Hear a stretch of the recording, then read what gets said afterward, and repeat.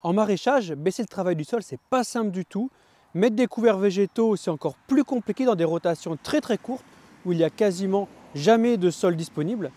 Xavier Dubroc, qui est agronome dans le sud de la France, va nous expliquer comment il accompagne les agriculteurs sur le sujet. Le tout, bien sûr, en se basant sur de la mesure simple, efficace et pragmatique.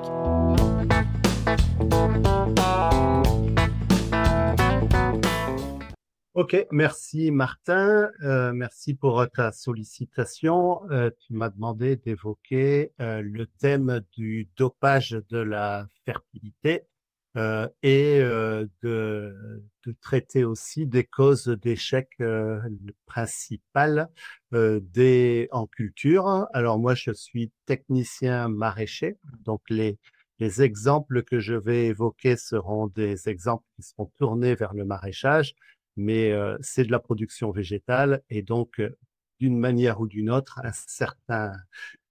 beaucoup de mes propos pourront être extrapolés à d'autres productions végétales. Voilà. Le thème proposé est extrêmement vaste. Hein. En parlant de fertilité et d'échec de culture, finalement, on évoque un peu toute l'agriculture, toute la production végétale au sens large. Évidemment, on va pas pouvoir rentrer dans tous les détails. Le sujet va être relativement survolé, compte tenu du temps disponible. Je serai à disposition pour répondre aux questions après mon intervention qui devrait durer à peu près 1 heure. Martin, tu feras le gardien du temps si je déborde trop. Voilà, donc je vais évoquer un certain nombre de faits autour de la fertilité, du développement de la fertilité. Et concernant les échecs de culture principaux que je vois, et donc dans le monde du maraîchage, j'évoquerai un peu en liste à l'après-vert, mais avec à chaque fois quelques exemples, des cas où la probabilité d'échec est bien plus grande. Voilà, voilà. Donc moi, je suis technicien maraîcher depuis un peu plus de 30 ans. Je donne des conseils à des maraîchers de profils divers, du très gros maraîcher au très petit maraîcher, en termes de surface, en termes de volume, en bio, en conventionnel, en agriculture conventionnelle ou en MSV, euh, en France métropolitaine et aussi sur 2 autres continents sur la partie agronomie, conservation des sols. Voilà, voilà. Euh, Donc, tu disais France métropolitaine, si un jour quelqu'un veut du Xavier Dubroc, il t'appelle et tu peux te déplacer, quoi. voilà, je peux me déplacer et je peux aussi renseigner les gens à distance. C'est une partie assez conséquente de mon activité de renseigner les gens à distance. Je me déplace un peu. J'ai différentes façons de travailler avec mes clients selon la distance, justement, en termes de fréquence de visite, voire même pas de visite du tout, c'est-à-dire une par an au maximum, ou après le WhatsApp fonctionne à plein régime pour répondre aux questions du quotidien. Voilà un peu comment je travaille, puis je fais aussi des formations, des diagnostics d'exploitation, ce genre de choses, ce qui me permet de voir un grand nombre de situations et d'avoir vu au cours de ma carrière, qui n'est pas terminée, beaucoup de cas, beaucoup de situations qui permettent d'appréhender ce sujet avec entrain. Voilà, voilà. Doper la fertilité, éviter les erreurs majeures en culture. On va commencer, si vous voulez bien, par évoquer le dopage de la fertilité. Et pour aborder ce sujet de manière structurée, il faut peut-être rappeler un peu ce qu'est une bonne fertilité. Et donc, j'ai l'habitude de rappeler, de résumer la chose en se disant qu'une bonne fertilité, c'est quand on a un milieu qui permet de bien faire pousser les plantes. Hein, on ne cherche pas des complications. Ce qu'il faut pour l'agriculteur, pour le maraîcher, c'est que ça pousse bien. Voilà. Et donc, revenons-en aux fondamentaux. comment la fertilité est abordée par les agronomes. C'est un petit passage obligé dans ma petite intervention qui met en relief une bonne partie des causes d'échec. Et donc, j'ai choisi de commencer comme ça. La fertilité, elle est décrite par les agronomes de cette manière, physique, chimique et biologique. Commençons par la fertilité physique. Je commence par elle volontairement. La fertilité physique, c'est le côté meuble des sols, c'est la répartition entre la partie de terre et les espaces vides qui se trouvent dans le sol. C'est un prérequis extrêmement important. On ne cultive pas sur un trottoir. On a besoin de plantes qui occupent un maximum de volume de sol pour leur résilience.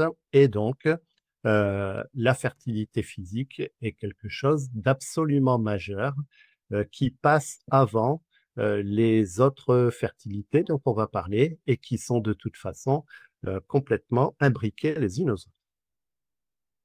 Alors, la fertilité physique, ça s'évalue, hein, la fourche bêche, la tarière, le profil du sol. En gros, simple test bêche, de fourche bêche, qui consiste à prendre une pelletée et la renverser de 1 mètre de haut et de regarder qu'est-ce qui est tombé au sol, la répartition entre les mottes, la terre fine, et aussi la difficulté avec laquelle on a fait pénétrer la fourche bêche dans le sol est déjà un très très bon indicateur de structure de sol. Le fait de renverser la bêche, ça permet de voir un peu si on a des compactions, etc.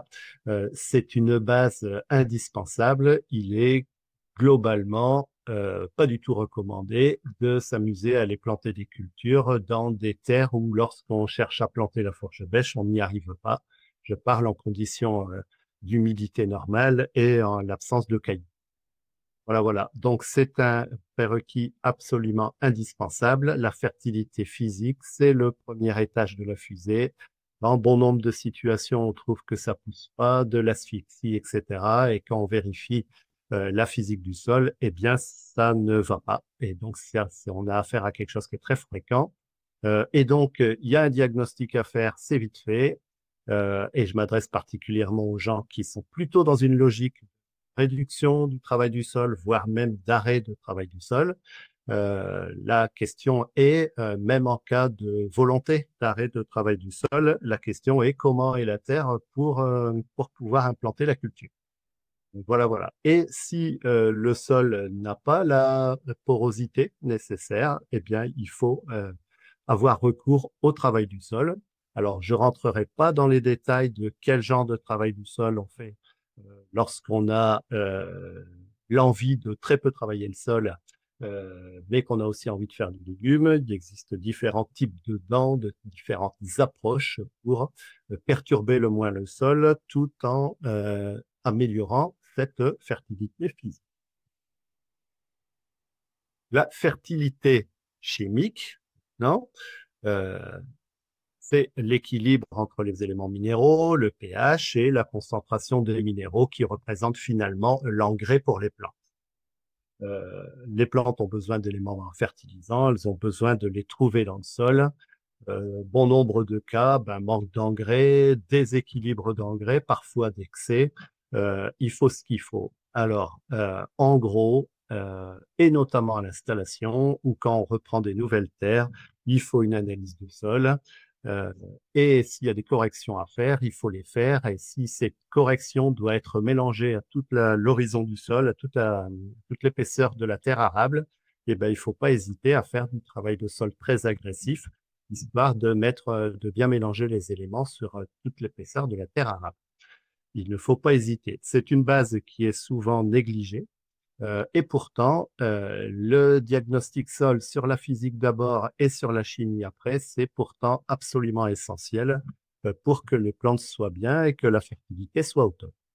Voilà. La fertilité biologique, ça vient en troisième point et En gros, la fertilité biologique est là pour rendre service à la fertilité physique et à la fertilité chimique, hein. La biologie, donc la vie du sol, elle aère, elle fait des trous et elle intervient de fait fortement, si elle est très active, sur la physique du sol. La biologie, de par ce qu'elle excrète dans le sol, et aussi par les cadavres qu'elle produit, puisque quand il y a de la vie, il y a de la mort, eh bien, toute cette biologie fournira de l'aliment au reste de la vie du sol et des éléments minéraux aux plantes également. Donc, la fertilité euh, biologique rend service à la physique du sol et rend service à la chimie du sol. On a donc tout intérêt, en termes de fertilité, d'avoir un sol qui a une forte fertilité biologique, une forte activité biologique dans le sol. De quoi cette vie a besoin dans le sol? Elle a besoin qu'on la laisse tranquille, donc de limiter le bouleversement du sol autant que possible et de la nourrir, tout simplement. La fertilité biologique, c'est le troisième étage de la fusée de la fertilité. C'est pas le premier. Pas le deuxième, c'est le troisième. Qu'est-ce que je veux dire par là? C'est que pour qu'une plante elle pousse bien, il faut qu'elle puisse s'implanter dans un milieu, fertilité physique, et il faut qu'elle trouve à manger, fertilité chimique. La fertilité biologique vient rendre service aux deux autres, mais on peut s'en passer pour faire pousser des plantes. C'est pas idéal en termes de durabilité, mais bon nombre de légumes qu'on consomme, les tomates, les concombres, les fraises, les aubergines, ce genre de choses, bon nombre de ces légumes sont majoritairement, qu'on le veuille ou non, cultivés en hors-sol, avec les limites qu'on connaît, mais simplement dans mon argumentaire pour dire que on peut se passer de fertilité biologique pour faire pousser une plante dans l'absolu. Voilà. Mais dans la fertilité biologique n'est pas du tout à négliger et était à développer, entretenir dans les sols. Donc, l'activité biologique a besoin de se nourrir et qu'on le laisse un peu tranquille d'un point de vue travail de sol. Et donc, c'est un peu la maison de la biologie, hein, de la vie du sol, le sol. Et donc, limiter sa perturbation, c'est un peu aider cette biologie à se développer. À condition toutefois que les sols nous et dans un sol compacté, la biologie a du mal à se développer et elle a aussi du mal à décompacter les sols où il faut beaucoup de temps. Et donc, la fertilité physique, la décompaction des sols vient en priorité pour la plante et vient aussi en priorité pour l'activité biologique. Il faut un sol suffisamment poreux. Et s'il y a besoin d'améliorer cette porosité par un minimum de travail du sol, il faut le faire. Il ne faut pas hésiter un instant. Cause majeure d'échec en MSB, hein, c'est-à-dire en maraîchage sans travail de sol, euh, parfois des compactions qui ne sont pas rattrapées parce qu'on n'a pas envie de travailler les sols et on réduit l'activité biologique et on réduit aussi l'activité des plantes, ce qui n'est pas positif. Donc, le principe du travail de sol, c'est le moins souvent possible, mais aussi souvent que nécessaire. Et le nécessaire, on le voit avec un diagnostic sol tel que je l'ai évoqué tout à l'heure. Et donc, puisqu'on parle d'activité biologique qu'on a besoin de nourrir, je vous propose de réfléchir à qu'est-ce que la nourriture de la vie du sol, la matière organique qu'on apporte au sol d'une manière ou d'une autre. Mais avant, ici, je veux juste rappeler qu'il y a une interaction extrêmement forte entre la fertilité physique et biologique. Je l'ai évoqué. La biologie améliore la physique, mais il faut une bonne physique pour avoir une bonne biologie. Il faut aussi avoir une bonne fertilité chimique pour avoir une bonne biologie, puisque l'activité biologique a besoin de cette chimie du sol pour fonctionner correctement, et vice-versa. Et ensuite, la physique et la chimie sont en interaction aussi, parce que lorsqu'il y a de compaction, il y a des problèmes en termes de solubilisation des engrais, par exemple. Tout est lié en termes de fertilité. outre la fertilité, je vais tout de suite passer à l'alimentation des plantes, de la vie du sol en matière organique, mais faut pas perdre de vue des choses archi simples que je ne vais que survoler ici. On peut avoir la matière organique qu'on veut. Si on se retrouve dans des situations de bas-fond comme celle-ci, où l'eau reste dans le champ quand il pleut fort, et ben, ça veut dire que là, il y a un problème. Et d'un point de vue fertilité, au sens global du terme, est-ce que ça pousse bien? Eh bien là, on peut se dire que il y a un problème, même si le sol a un bon pourcentage de matière organique, même s'il a une bonne fertilité physique, chimique, là, on voit bien qu'il y a un problème. La question de l'assainissement revient assez souvent comme problème grave au niveau des cultures. L'eau, il faut savoir évacuer l'eau en excès et il faut savoir apporter lorsqu'il en faut, en particulier en maraîchage. Booster la fertilité biologique, les leviers qu'on a, eh bien d'abord, il faut nourrir la biologie du sol. Alors, je propose cette façon de présenter les matières organiques qui reviennent au sol et qui serviront à nourrir la vie du sol ou à nourrir les plantes ou les deux à la fois. Euh, en, en horizontal, on a le C/N, qu'on trouve dans toutes les classifications de matières organiques. Donc, sur le côté gauche, des C/N faibles, ça veut dire des molécules qui sont un peu plus riches en azote, et sur le côté droit, des molécules très pauvres en azote. Et à la verticale, on recroise ces données avec l'ISMO, indice de stabilité des matières organiques. En bas, faible ISMO, ça veut dire faiblement stable, donc à dégradation rapide, c'est comme ça qu'il faut le prendre. Et pour ce qui est des ismos élevés, ben, on a affaire à des matières organiques qui sont beaucoup plus difficilement dégradables. Et à l'intérieur de ce tableau, il reste à mettre les matières qu'on a l'habitude d'utiliser en agriculture, et on peut les classer, les détailler pour comprendre leur fonctionnement, leurs propriétés particulières. Là, bon, là, j'ai un peu tout mis du coup. Ce que je vous propose, c'est de regarder le côté en bas à droite, fumier de cheval, foin, paille. On a donc affaire à des choses qui se dégradent rapidement. Hein, en dessous de la verticale, de l'horizontale, c'est des choses qui se dégradent plutôt rapidement. Hein, le fumier de cheval, le foin, la paille, on est sur des dégradations rapides et pour autant des C/N qui sont assez élevés. Voilà, voilà. Si on prend le carré en bas à gauche, donc des C/N faibles et des ismos faibles, donc des matières qui sont un peu plus riches en azote, qui se dégradent rapidement. On a par exemple le tourteau de ricin, puisque c'est un engrais qui est beaucoup utilisé en maraîchage, notamment en maraîchage bio. On a les fumiers de Bourvin, les engrais verts, c'est un peu discutable. On a les pontes de gazon, les fientes, les lisiers. Là, on a affaire à des matières qui se dégradent vite et qui sont plus riches en azote, et donc on comprendra bientôt qu'est-ce qu'on peut en tirer. En haut à gauche, on a des composts. De manière générale, en haut à gauche, ce sont les composts. Alors, j'ai ajouté tout en haut humus. Alors, l'humus, ça s'apporte pas, hein, ça s'obtient à travers de l'activité biologique, mais c'était pour situer un peu cette matière organique stable qui reste pour très longtemps dans le sol. En tous les cas, ce qu'il faut comprendre de cet encart en haut à gauche, c'est qu'on a affaire à des produits qui se dégradent lentement et qui sont plutôt riches en azote.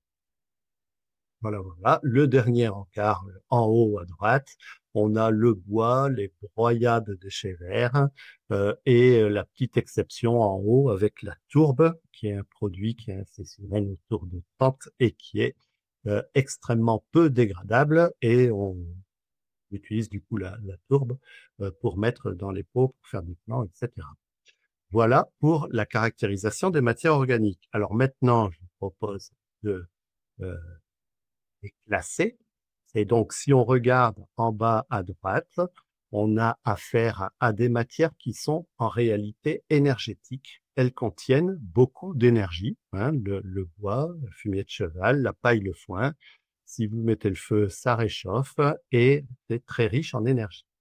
Lorsqu'on met ça dans le sol, on nourrit énormément la vie du sol, puisque c'est très énergétique. Si on prend le rond vert en bas à gauche, on a affaire à des matières, donc, comme je disais, qui sont plus riches en azote, qui se dégradent rapidement et qui, finalement, ont majoritairement une action de fertilisation. Quand on met ce genre de truc, on est plutôt dans la fertilisation. Ça n'empêchera pas que un peu de ces matières se transforment en humus de long terme, mais de manière générale, la propriété principale, c'est celle de la fertilisation.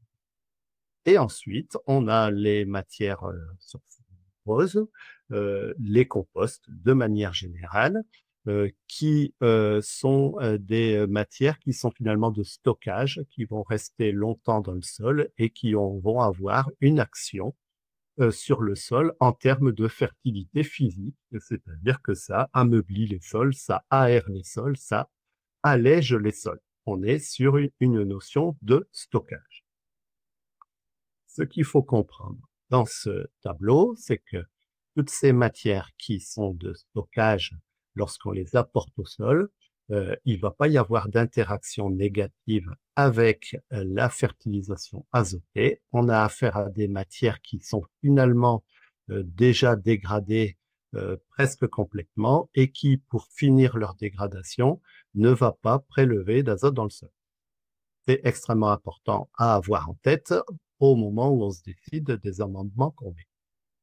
Si on revient sur les amendements ration du sol en orange, eh bien là, on a affaire à des produits énergétiques qui, au cours de leur dégradation, grâce aux micro-organismes, vont fournir d'une part beaucoup d'énergie, mais le reliquat de cette dégradation va donner des produits qui seront des produits de stockage. Hein. Donc, ce qu'il faut comprendre, c'est que ces matières qui sont en orange, au fur et à mesure de leur dégradation, donneront un certain pourcentage d'humus, hein, qui est variable selon les matières choisies.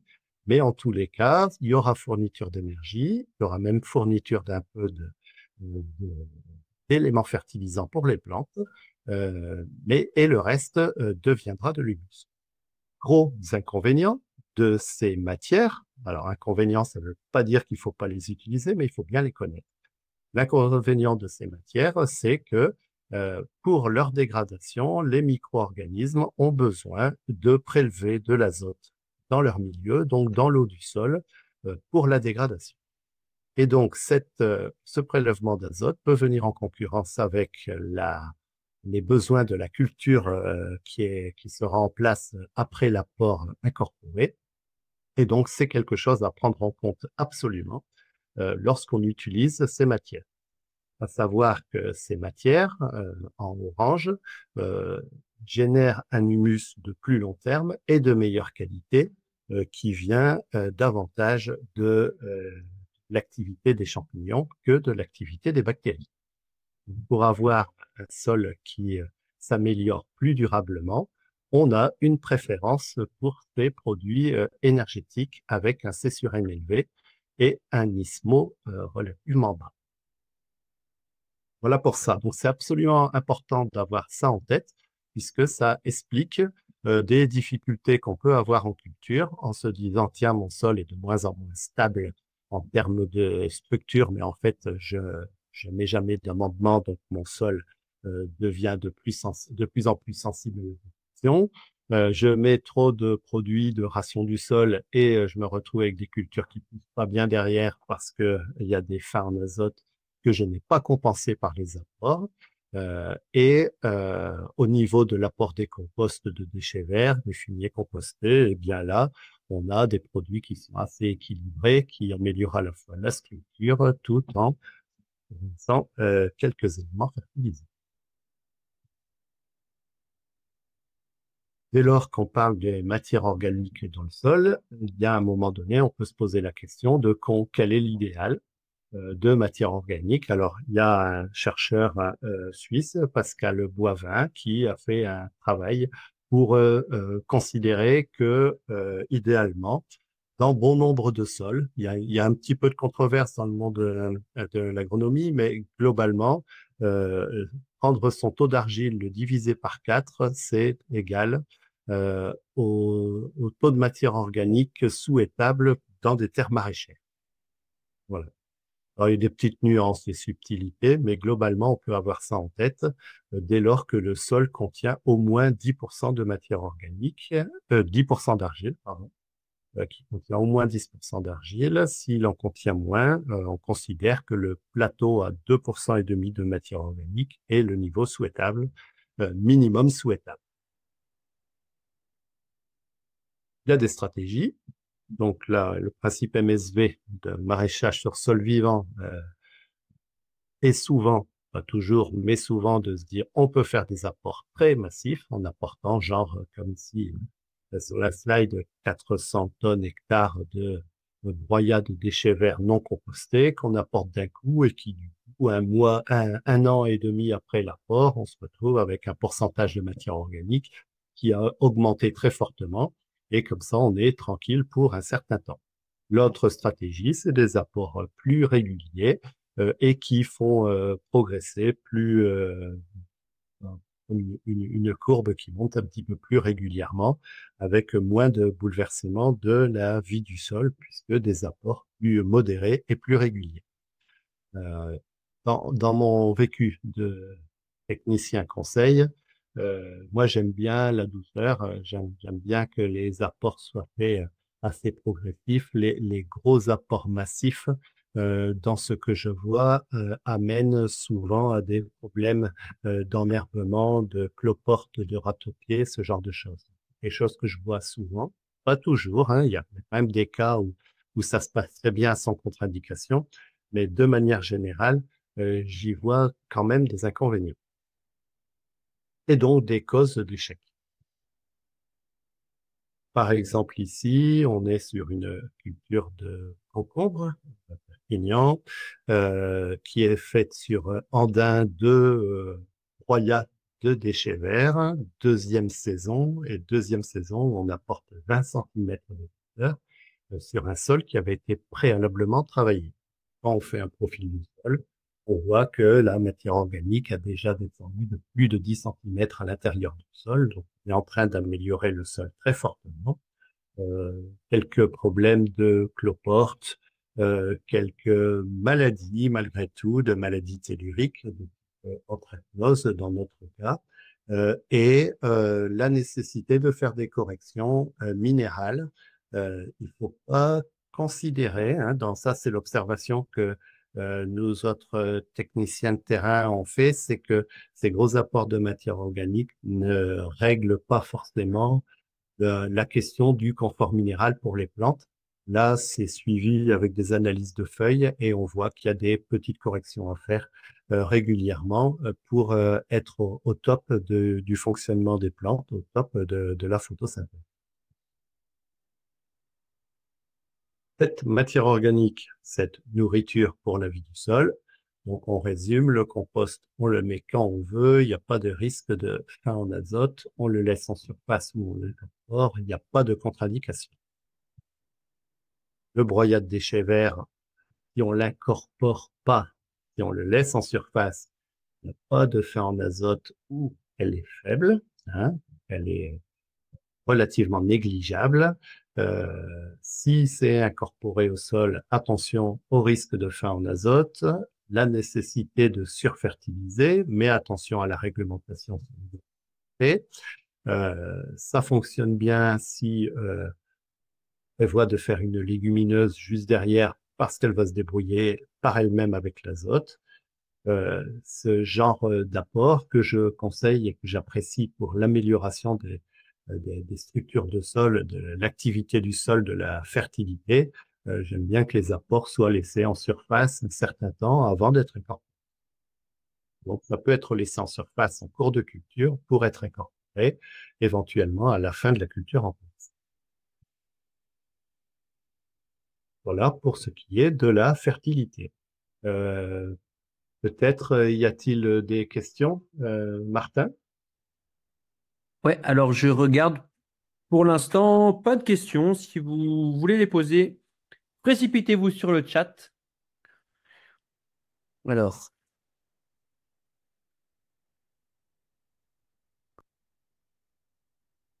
oui, pour l'instant, bah, pas de questions, donc bah, je t'invite à continuer.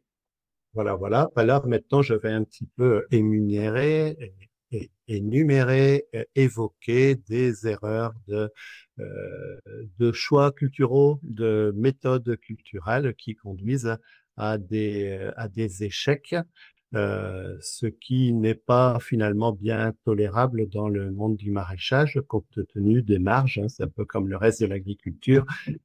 Il faut pas rater. Donc, je vais évoquer ce genre de choses en commençant, par exemple, sur la question de problèmes de planning dans le monde du maraîchage et quand j'en discute avec des homologues, et notamment pour les nouveaux installés dans le monde du maraîchage, c'est des erreurs majeures qui sont parfois commises, à savoir de planter trop tôt, de planter trop tard, euh, une culture et qui du coup se retrouve trop exposée au gel, au froid, à l'excès d'humidité, du coup avec des taux d'installation de plantes et finalement de rendement.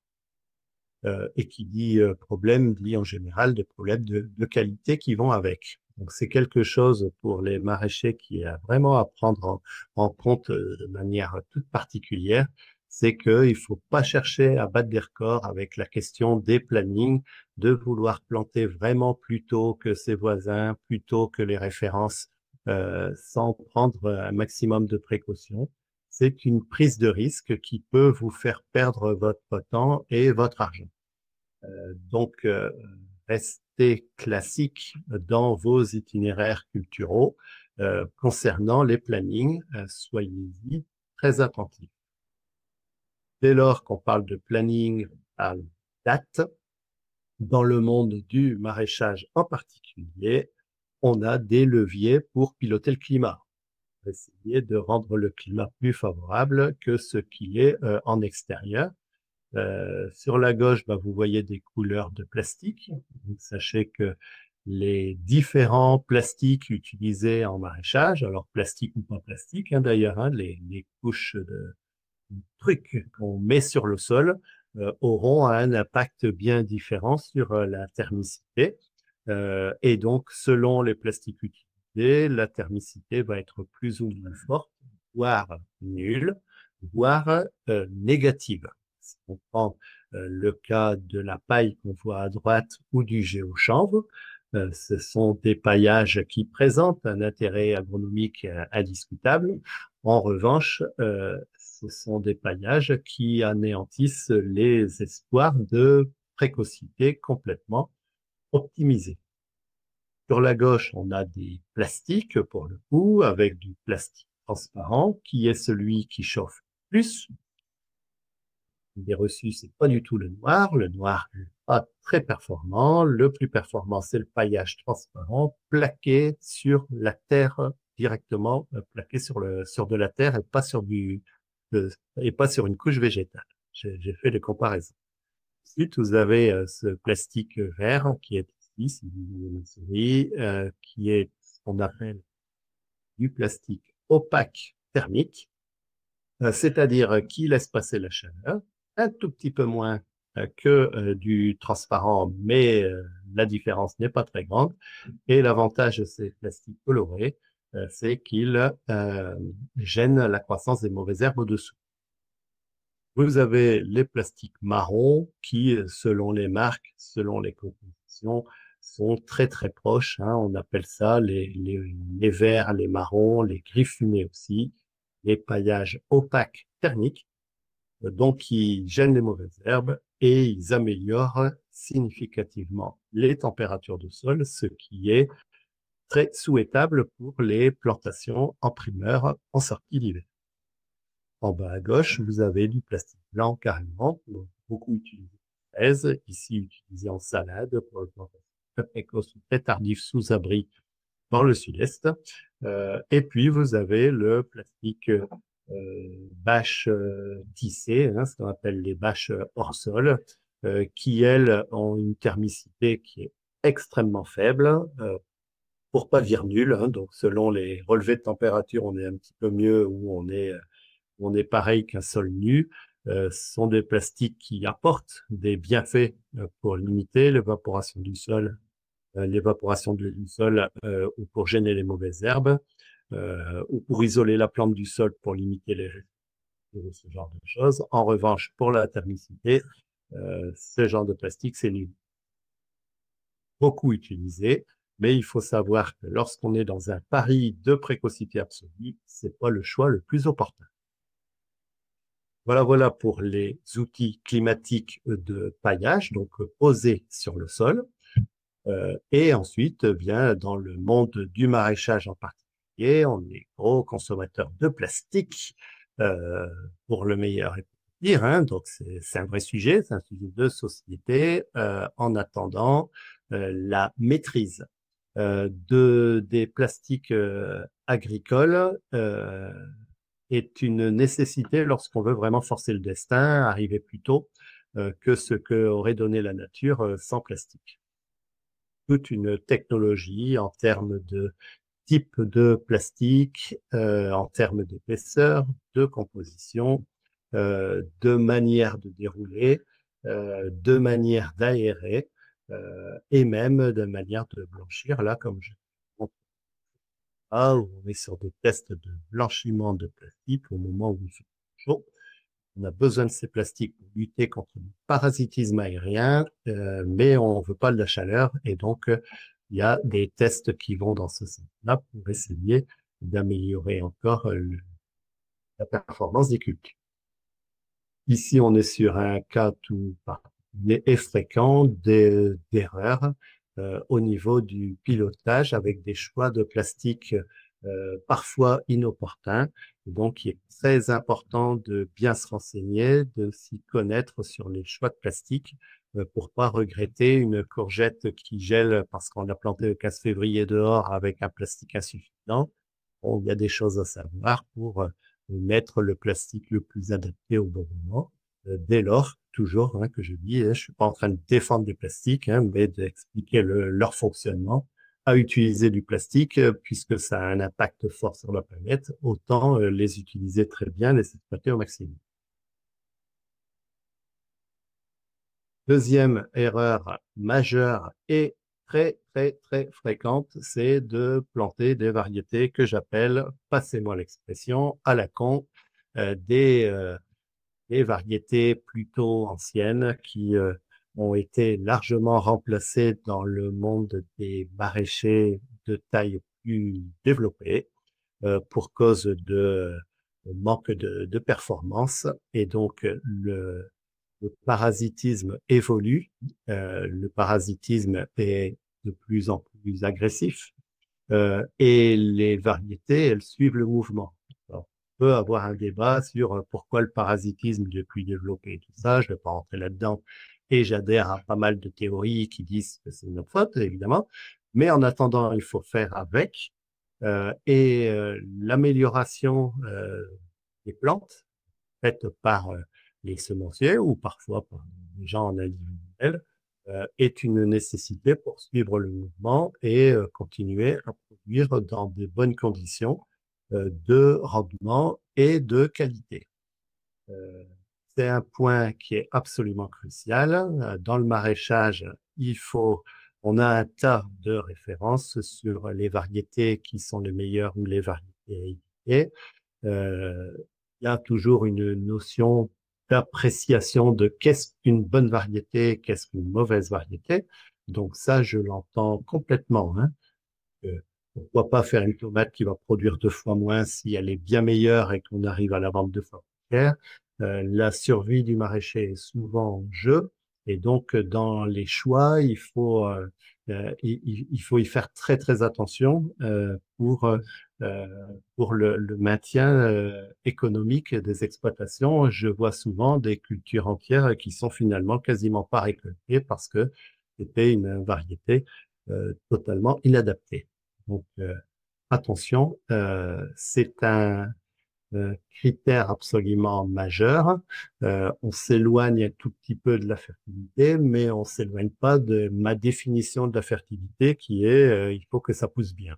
Et quand c'est pas une bonne variété, on va très vite vers des soucis. Moi-même, je surveille des melons et des salades qui sont mes deux légumes, deux produits de spécialité. Et les différences de performance d'une variété à l'autre, de performance qualitative euh, ou de rendement, ou les deux à la fois, ou de résistance aux maladies, euh, est absolument considérable. Donc, il faut pas faire n'importe quoi. La question de l'herbe, qui est un gros sujet dans le monde de la production végétale en général, euh, sur la partie légumière, l'herbe fait une concurrence qui peut carrément anéantir des cultures. Hein, en grande culture, s'il y a de l'herbe dans du blé, on perd du rendement, on salit ses terres, etc. Mais on ramasse quand même. Sur des cultures légumières qui est complètement dépassées par l'enherbement, on en arrive vite à des pertes de culture. Donc, ce que je vois de manière générale à travailler avec des maraîchers depuis très longtemps, les gens qui sont sur une politique de l'enherbement zéro, hein, par des binages réguliers, par différentes pratiques agronomiques, sont les meilleurs maraîchers et ils ne perdent rien. Euh, On a de l'herbe, en fait, on a une exponentielle, c'est que quand on a de l'herbe, on en aura de plus en plus, puisque les graines d'herbe, ben, elles sont en quantité et les terrains se salissent très très vite. Dans le maraîchage en particulier, on produit des cultures qui sont, enfin, des plantes qui sont finalement très salissantes, qui, euh, qui laissent l'opportunité à l'herbe de pousser, liée à nos systèmes de culture. Le maraîchage a une tendance à salir les terres. Donc, la politique zéro herbe dans les cultures légumières est un effort, c'est facile à dire, hein, mais est un effort nécessaire pour pas être débordé d'année en année. Point suivant, qui revient régulièrement concernant les difficultés, le manque de performance des cultures légumières, c'est des fertilisations qui sont inadaptées. Alors, je mets en premier lieu à cause des broyats végétaux lorsque la fin en azote n'est pas gérée. Ça, c'est des choses qui reviennent souvent. Broyats végétaux non compostés et incorporés, qui font une fin en azote qui a été évaluée à 1,2 kg d'azote par mètre cube incorporé. Donc, c'est des doses qui sont assez importantes d'azote qui sera mobilisée. Donc, attention sur ce point. Peut-être Ensuite, à ce stade-là, la densité du BRF, je crois que c'est 0,5, quelque chose comme ça. Donc, on non, non, peut. c'est plutôt, ouais, c'est plutôt 0,28. C'est Ok. léger le BRF. Et donc, quand on dit 1,2 kg par mètre cube, ça correspond à la tonne, grosso modo, à 4 ou 5 kilos d'azote à la tonne. Donc, si on fait nos 400 tonnes, on part 4 fois, on part sur 1100 unités d'azote en fin d'azote pour démarrer, quoi. Voilà, donc là, on part en fin d'azote. Alors, l'exemple que tu donnes est un cas extrême où on a l'impression qu'il y a de l'azote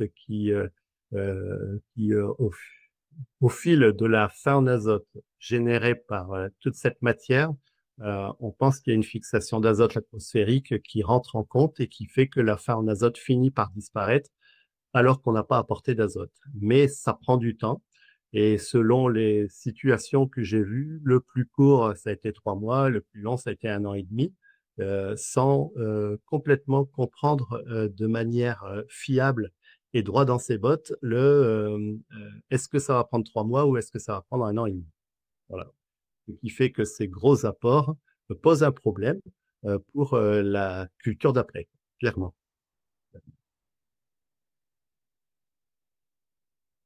Voilà, voilà. Et alors, parfois, il y a des erreurs tout simplement en se disant, bah, mon sol est organique, il va y avoir des minéralisations qui vont arriver, mais sur des cultures de sortie d'hiver, la minéralisation qui n'a pas commencé et des plantes qui peuvent avoir faim en azote. Je parle beaucoup de l'azote parce que c'est le grand facteur limitant. Il n'y a pas que ça pour nourrir les plantes, mais c'est en termes d'alimentation minérale, c'est le principal. Et donc, bah, des erreurs de ce point-là. Et ensuite, bon, je montre le NitraCheck. Bon, un NitraCheck, ça coûte autour de 200 euros, peut-être un petit peu plus. C'est un outil qui permet en un quart d'heure de connaître la quantité de nitrate qu'il y a dans le sol.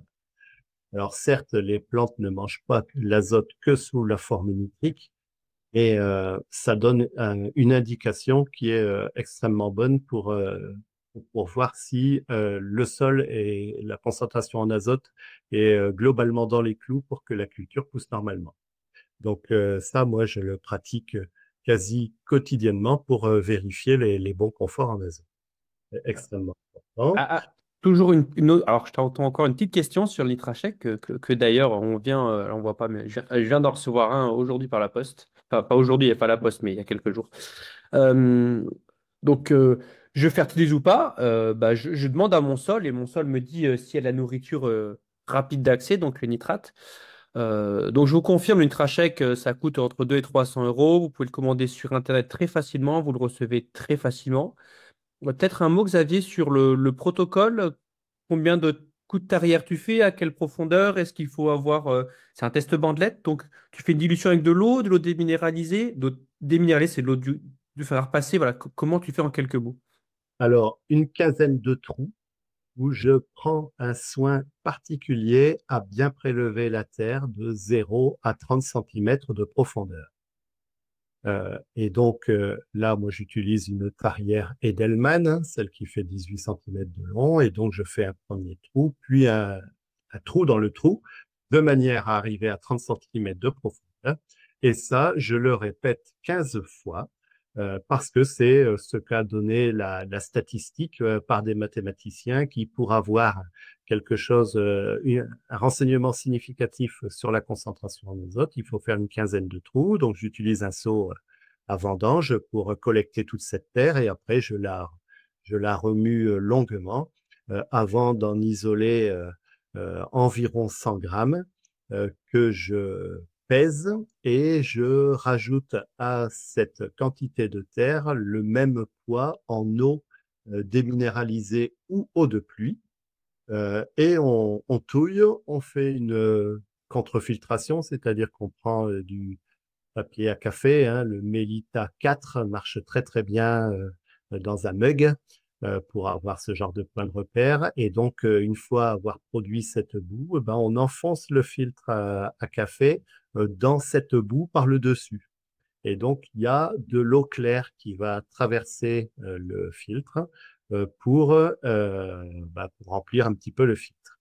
Et c'est là que on sort son nitrate check, si on est équipé, sinon on fait sans, mais c'est mieux avec, et où on calibre la bandelette, ça, c'est bien détaillé dans le manuel du nitrate check. On calibre la bandelette, on trempe la bandelette dans le jus et on met la bandelette dans l'appareil et au bout de 60 secondes, on a une information. On a un chiffre qui est donné par l'appareil et ce chiffre, il faut lui appliquer un coefficient multiplicateur en moyenne de 1,3, mais ça aussi c'est bien expliqué lorsqu'on achète l'appareil. Selon le type de terre et son humidité, le coefficient va de 0,8 à 2,2. Mais il faut pas considérer ça comme quelque chose de compliqué. Dès qu'on l'a vu deux fois, on a compris comment ça marche selon son type de sol. Voilà. Et donc, en gros, on va se dire que quand on est à moins de 50 unités d'azote nitrique disponibles, on peut considérer que la plante a du mal à trouver l'azote dont elle a besoin en instantané.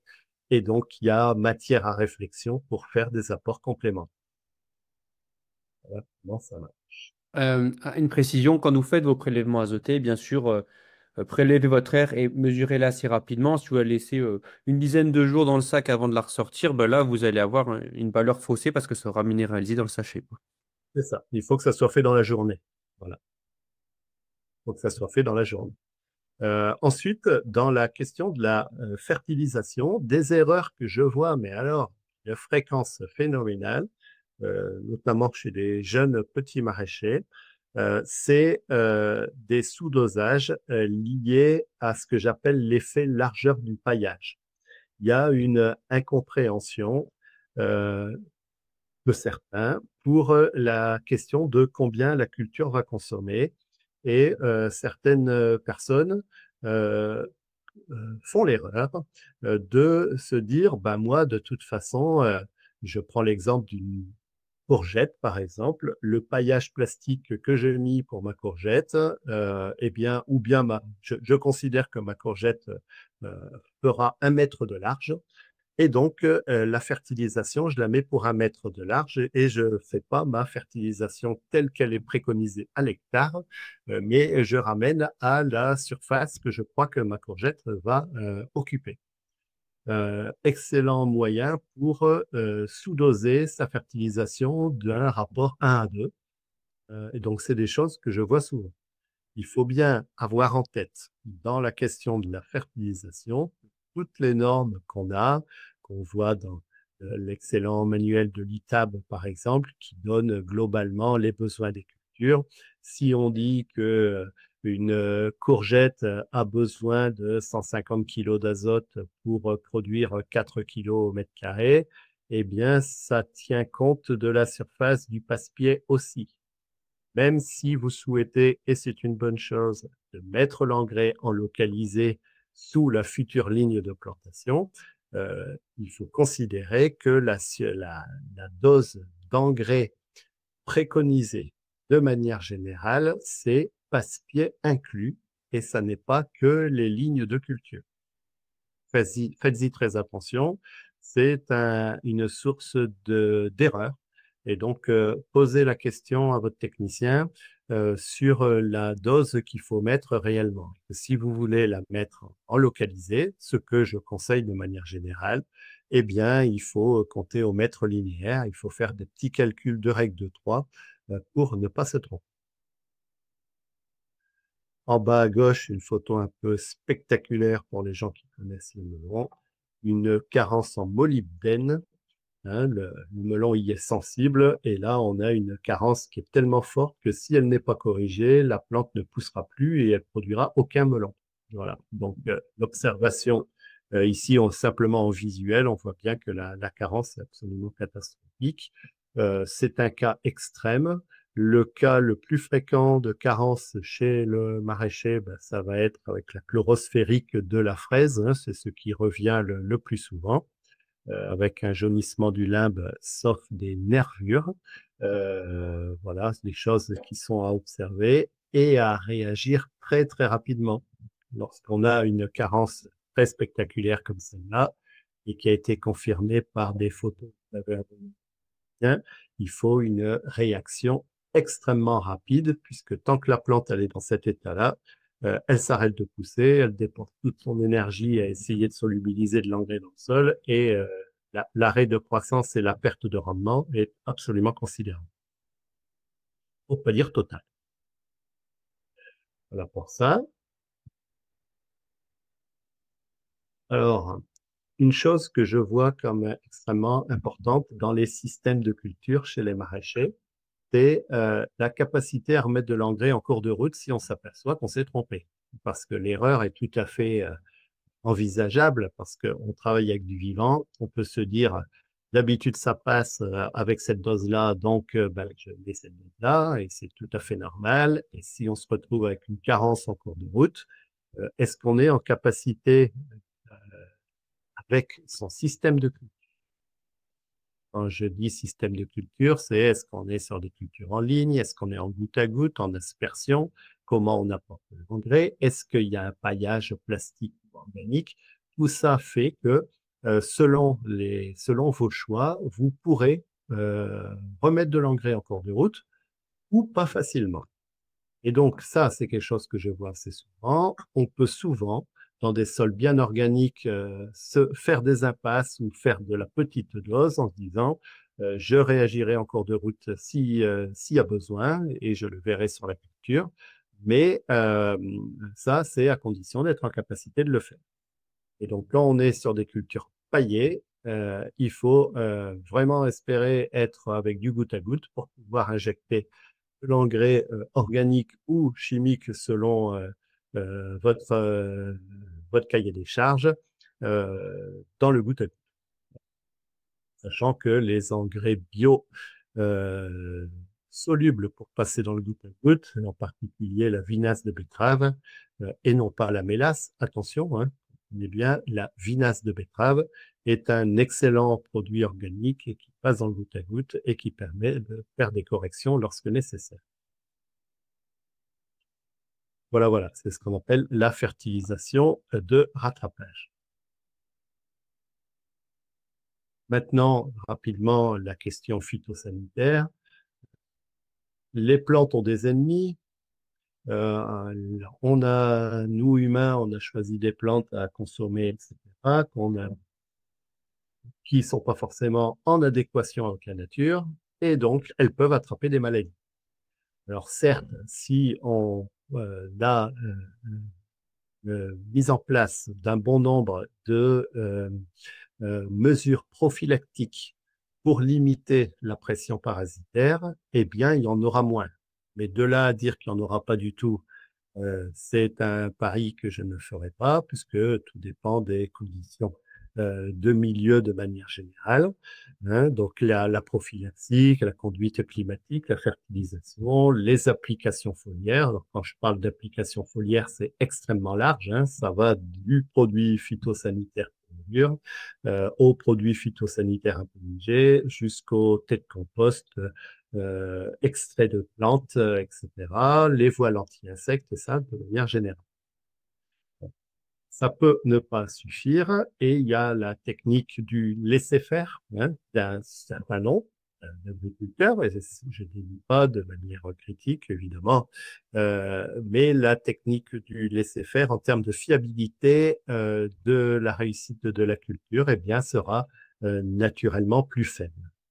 Donc, une attention particulière. J'ai pas mis le choix variétal, mais le choix variétal joue également dans la résistance au parasitisme, la résistance ou au moins la tolérance.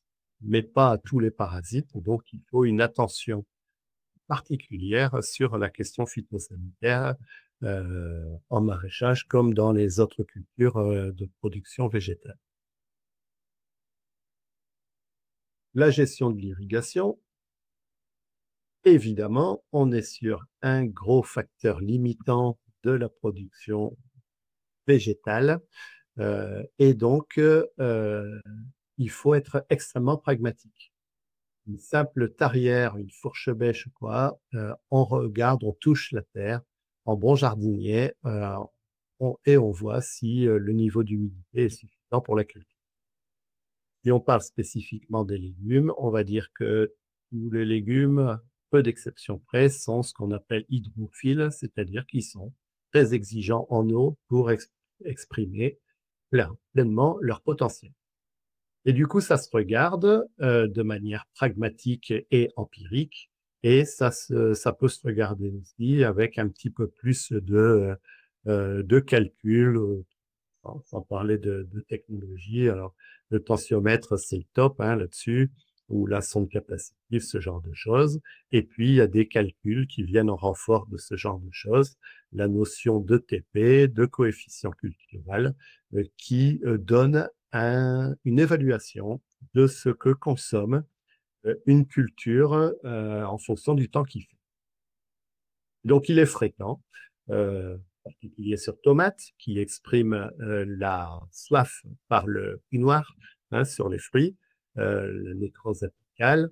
Eh bien, quand ça arrive, alors il y a des variétés qui sont plus sensibles. Hein, parmi les variétés anciennes, il y a des variétés où ce que je vais dire n'est pas complètement juste. Mais pour la majorité, La soif en tomate provoque le cul noir, la nécrose apicale, et ça, on a affaire à des erreurs d'irrigation par sous-irrigation. Donc, j'aime bien l'utilisation du principe de l'ETP et du coefficient culturel, non pas pour le passer son temps à calculer, mais pour pouvoir dire à un maraîcher qui a des légumes ratatouille sous abri en été, par beau temps, la consommation elle est de 30 millimètres par semaine. Si vous les mettez pas, soit c'est parce que vous avez un sol qui est encore très humide grâce à des remontées d'eau capillaires hivernales, soit vous êtes en train d'assécher complètement votre sol, vous l'avez pas encore remarqué, mais ça va pas tarder à être la catastrophe. Et donc, d'avoir des notions de consommation de sa culture aide à savoir si on est à peu près dans les clous ou si on s'en éloigne énormément. Est-ce qu'il y a des questions, Martin? Oui, il y a une question. Alors, moi, j'en ai aussi à te poser en plus, hein. C'était pour tout ce qui est enfouissement dans le sol des matières organiques et des engrais verts. Est-ce que tu préconisais plutôt des outils à dents ou des outils rotatifs? Concernant le maraîchage et les cultures légumières de plein champ, ma préférence va au rotavator. Donc, outil rotatif, scalpeur rotatif. Alors, c'est un outil agressif, mais quand on le passe à faible profondeur, ça me semble être un moindre mal. Ça permet de déraciner le couvert ou la culture qu'on est en train de détruire et d'incorporer en même temps tout en nivelant le sol pour la culture d'après. J'ai une grande préférence dans le monde du légume pour le rotavator équipé d'un rouleau à l'arrière de manière à gérer très précisément la profondeur de travail. Ok. Question suivante la question que je me posais. Enfin, non, j'ai la réponse, mais ça peut intéresser des gens. J'ai une carence en molybdène, en zinc. Enfin, tu vois, on peut avoir des carences ponctuelles sur des légumes. Mais comment je fais si je suis en bio? Est-ce que j'ai le droit de les passer? Quelle forme? Euh, La réponse est oui, on a le droit de les passer. L'efficacité instantanée est meilleure en foliaire qu'en racinaire. En racinaire, ça fonctionne aussi, on doit surdoser par rapport à la dose foliaire, évidemment. Avec les engrais foliaires oligo-éléments, on respecte scrupuleusement les doses écrites sur les sacs parce qu'avec les oligo-éléments, on passe vite de la carence à l'excès qui peut être toxique. Donc, il faut être très attentif à ça. Lorsqu'on a une carence, telle que je l'ai montré tout à l'heure, une carence qui est très visible, c'est pas avec un petit engrais foliaire généraliste qui contient un peu tous les oligo-éléments qu'on arrive à corriger. Pas que ces produits généralistes soient mauvais, bien loin de là. Simplement, lorsqu'on a une carence qui est très avérée sur un élément en particulier, il faut une correction avec des doses qui soient réellement à la hauteur du problème. Vous pouvez faire attention. Là, dans le cas de la carence en molybdène, qui a été découverte la semaine dernière dans mon secteur, on a acheté du molybdate d'ammonium qu'on a passé à 1 kilo hectare par goutte à goutte parce qu'on ne peut pas le faire en foliaire pour des raisons de couverture de culture avec du plastique. Et là, donc, on n'a pas utilisé un engrais foliaire bateau du commerce qui contient tous les oligo-éléments, mais on a vraiment tapé fort avec celui qui nous pose problème. Et pour répondre à ta question, oui, à ma connaissance, les engrais foliaires oligo-éléments sont passables en bio. Il faut le vérifier auprès de son fournisseur, mais à ma connaissance, j'ai jamais eu d'objection sur ce côté. ok. Ensuite, il y a une question dans le chat qui parle de tout ton système avec les sondes capacitives. Alors là-dessus, avant ça, est-ce que tu peux nous rappeler le prix? Aussi, pour rappel, il y a une vidéo que Xavier a fait sur Valoterre Production où il en explique le fonctionnement. Et est-ce que ces sondes capacitives, donc leur profondeur, laquelle tu les enfonces, est fonction de la culture, j'imagine, parce que là, on me demande, pour la vigne, comment on fait, sachant que la vigne va chercher la flotte beaucoup plus profond. Ouais. Donc, il faut regarder quelles sont les références en termes de profondeur pour la vigne, parce que je l'ai pas en tête, je vais dire une bêtise. Et donc, pour les cultures pérennes, à ma connaissance, les sondes capacitives qui coûtent plus de 1000 euros plus un abonnement chaque année pour l'interface graphique. Donc, ça coûte, mais une vigne, s'il y a des grandes surfaces et une seule sonde, ça peut être parfaitement justifié. La sonde capacitive, c'est la sonde la plus performante pour mesurer l'humidité du sol, à condition toutefois qu'elle soit bien placée, hein, qu'elle soit bien posée. Et donc, c'est le produit le plus performant et le plus cher. Euh, il y a une interface graphique, donc il n'y a pas besoin d'aller voir sa sonde pour avoir les infos. On les a sur le téléphone ou sur l'ordinateur avec des courbes, etc. Donc, c'est tout à fait intéressant. Ensuite, donc, bon, la profondeur à voir pour cette culture en particulier. Pour les légumes, moi, j'ai l'habitude de les planter à 30 centimètres de profondeur, 30-35 centimètres pour de la tensiomètre que j'utilise bien davantage que la sonde capacitive. Une capacitive est chère, performante mais chère. Moi, je préfère des tensiomètres. Les moins chers, ce sont les tensiomètres à eau qui mesurent les forces de succion et qui coûtent un petit peu moins de 100 euros et qu'on pose très facilement et qu'on peut passer d'une culture à l'autre en cours de saison. C'est pas un outil qu'on peut déplacer pour aller voir, tiens, je prends mon tensio, je vais le planter à tel endroit pour savoir s'il faut arroser. Non, pas du tout. C'est pas fait pour être déplacé de culture en culture comme ça au cours d'une journée. Par contre, une culture, quand elle est terminée ou presque terminée, on prend son tensio, on va le planter dans une jeune culture suivante et ça fonctionne bien comme ça. Et donc, les profondeurs en maraîchage, on va dire que la pertinence, elle est entre 20 et 40-45, avec une moyenne à 30 qui fonctionne dans bon nombre de situations. Ok, super. J'ai une question où on me demande qu'est-ce que tu penses, pardon, des apports d'acides aminés de poisson? Alors, de manière générale, euh, il y a un a priori qui est extrêmement positif sur les acides aminés. Puisqu'il y a de l'énergie, hein, en tout cas, c'est ce que nous dit l'agronomie, et donc ça a une tendance à permettre à la plante de mieux se nourrir et de mieux se défendre contre le parasitisme. Donc, là, moi, quand on parle de trucs de poisson, je pense à Rangibo. Hein, il y a une boîte qui est à côté de chez moi, à 7, qui fait de l'engrais, les engrais Rangibo. Les maraîchers qui utilisent de l'Angibo, et ils sont contents et ils se disent on une différence. Donc, il y a un a priori qui est très positif. Au-delà, je pense que le mieux, c'est une réponse plus large en se disant que parmi les biostimulants de manière générale, dès lors qu'on parle d'acide aminé, d'acide humique, d'acide fulvique, euh, protéines hydrolysées, tout ça, ça va dans le bon sens pour aider les plantes encore plus que ce qu'elles sont capables de faire dans leur milieu naturel. Ça reste pour moi une couche de vernis dans le processus général de la fertilité. Je suis très attentif aux maraîchers qui sont très regardants sur ce genre de choses, mais qui, par ailleurs, euh, sont pas complètement au top avec leur fertilité telle que je l'ai décrite tout à l'heure. Donc, je pense qu'il y a un ordre à suivre et pour réussir ces cultures, hein, respect de la fertilité, bon choix variétal, bonne irrigation, bon planning, bon phytosanitaire. Et quand tout ça c'est maîtrisé, eh bien les apports qu'on fait sur les feuilles ou par goutte à goutte avec ces différents produits, ça va de soi et ça montre son efficacité. C'est très clair. Donc des plantes qui mangent beaucoup de nitrates, qui potentiellement mangent des acides aminés. Là-dessus, j'ai un petit complément qui peut intéresser les maraîchers, qui vient plutôt du monde des grandes cultures. C'est ce qu'on appelle le N-Tester. Le N-Tester, c'est un outil développé par Yara.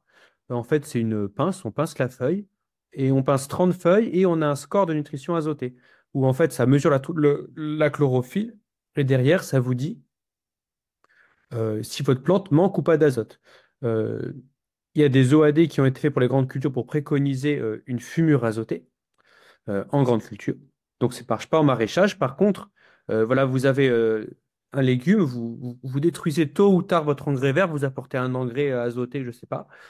Donc, sur différentes modalités, vous pincez les feuilles et derrière, vous allez avoir un score entre 0 et 1000 d'indice de nutrition azotée et vous allez voir euh, si la plante, elle leur manque ou pas. Pour vous procurer cet outil, en fait, vous avez tout simplement à aller sur le site AtFarm, ATFARM. Et en fait, il se trouve que actuellement, et visiblement pour cette année, donc là, on est le 9 mai 2024, cet outil, le N-Tester de Yara, il est gratuit. Donc, vous le prenez et vous le commandez. Profitez-en, parce que normalement, c'est 300 euros par an. En ce moment, Yara, vous mettez votre mail et votre adresse et il vous en envoie un par la poste sans que vous ayez à mettre votre carte de crédit. Donc, c'est un OAD euh, supplémentaire et potentiellement intéressant. Je regarde juste s'il y avait d'autres questions. Non, il n'y a pas d'autres questions. Xavier, c'est à toi. Voilà, donc je continue et je finis avec quelques itinéraires culturaux qui ont été mis en place dans mon coin sur mes cultures principales en suivi.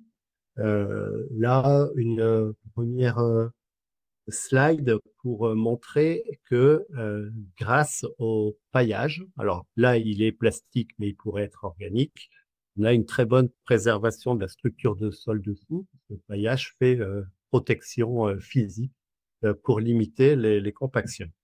Dans ces deux cas, il y a eu une culture qui a été broyée, parce que terminée, et on profite de la présence du goutte à goutte et donc du paillage de surface pour remettre en place une autre culture.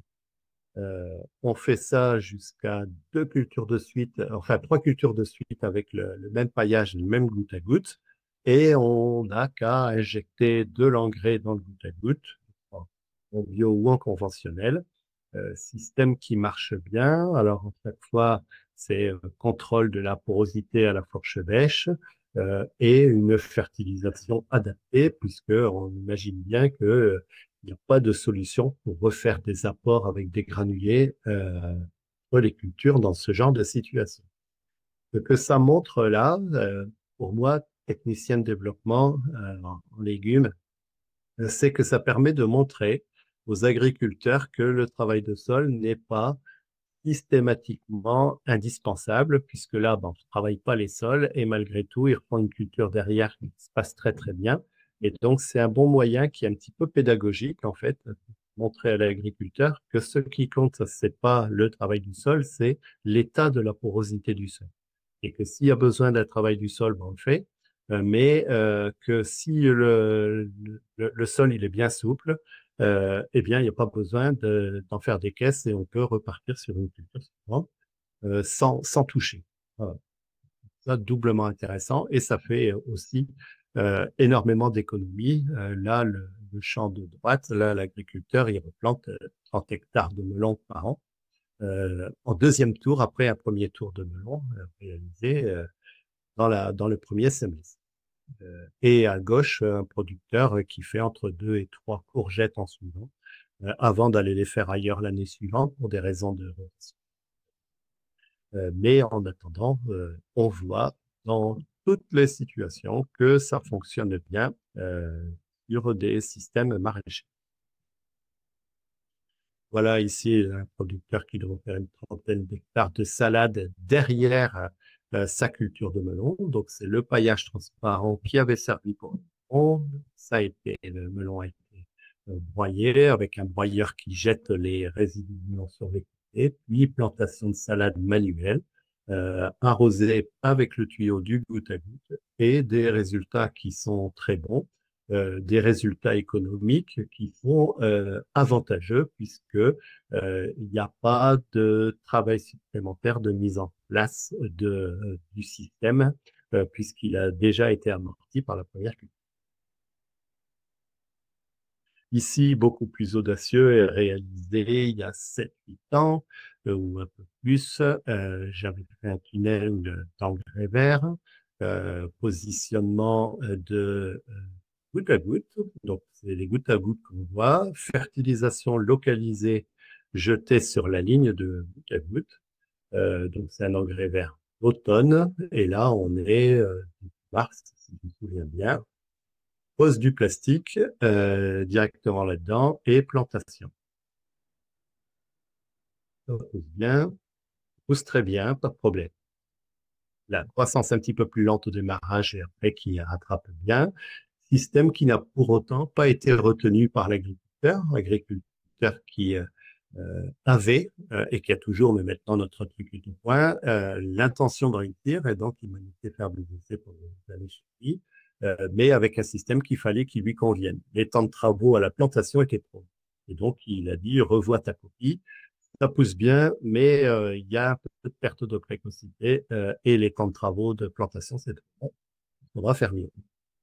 Ben voilà. Donc, on a fait mieux après. Je vais vous le montrer. Ensuite, ici, c'est peut-être le premier essai que j'ai fait en mode non-travail de sol, un sorgho qui avait été tué. Alors, expliquez-moi le truc. Je l'ai tué au glypho à l'époque. Donc, ça fait très longtemps.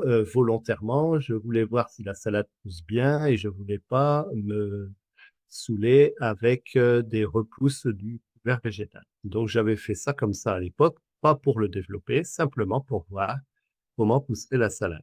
Après un coup de broyeur et des dents qui viennent juste gratouiller en surface pour savoir à quel endroit planter les salades. Hein. Donc là, c'est juste pour une question de localisation. Plantation des salades, suivi de l'irrigation, fertilisation suivie au nitrate Tech, 40 unités d'azote apportées seulement, malgré toute la consommation du sorgho, et une culture de salade. Donc ça, c'est mon premier coup, ça, pour me dire, bah oui, en fait, alors que c'est des terrains très peu favorables, hein, qui se referment vite, qui durcissent, très battants, réussite d'une culture de salade sans problème. Voilà, la région de Montpellier. Donc depuis, promis, j'ai plus mis de glypho, on s'est organisé. Et là, c'était une façon de tester. Ce qu'on a beaucoup maintenant de développer dans le sud-est, c'est des melons qui sont faits après un engrais vert, donc le vert multi-espèces, dominante vesse, et puis après d'autres plantes, hein, comme il dit, dont du radis fourragé, qui est soit broyé, soit pâturé. Donc le pâturage se développe beaucoup dans le sud-est. Donc là, on fait du pâturage mettant beaucoup d'animaux sur une faible surface et ça racle jusque dans les cailloux. Voilà, voilà. Donc beaucoup de bébêtes. Et ensuite, on passe avec cet outil qui sert de streptile. Donc c'est ça mon streptile en fait.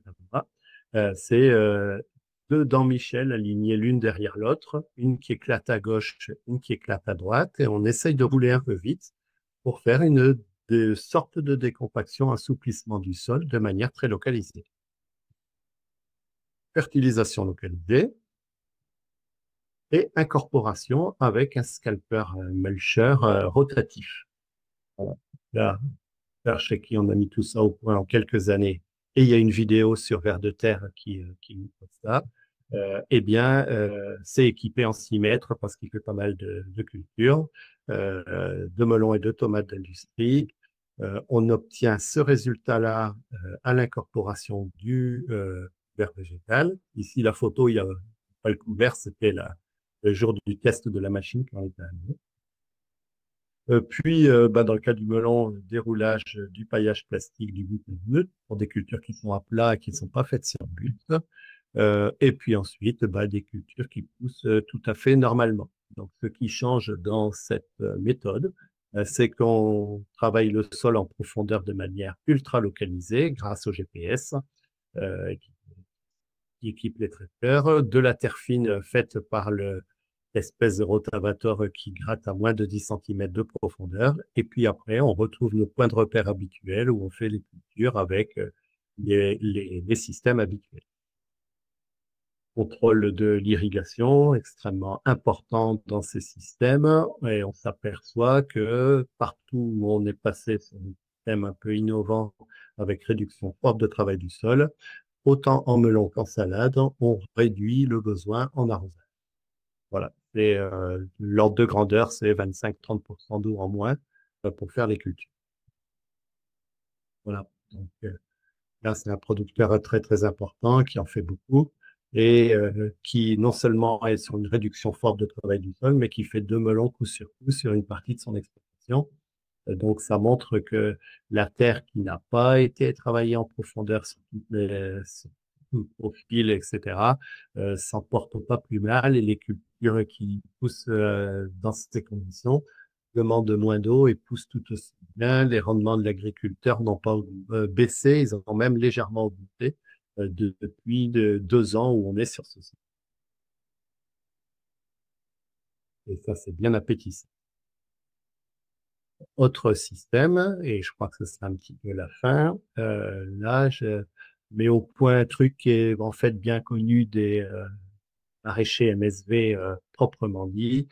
C'est un sorgho broyé. Là, on est au troisième broyage. Le troisième broyage, il est fin. C'est un sorgho qui a poussé en juillet-août. Et là, on est début septembre.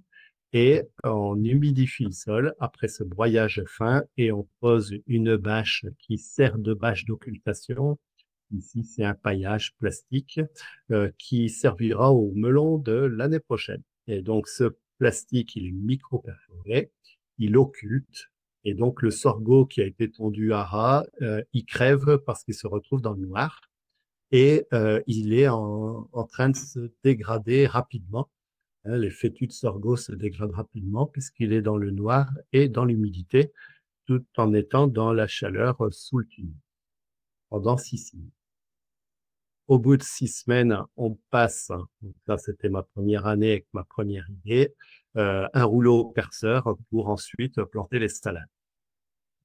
Bon système qui marche bien avec un comportement d'irrigation tout à fait intéressant dans le contexte abri, c'est un arrosage à la plantation, pas d'arrosage encore de culture. Et là, on est sur la fin de la culture, un tensiomètre 80 et la plante, 80, ça veut dire très sec, hein, et la plante qui se débrouille toujours très très bien grâce aux remontées capillaires.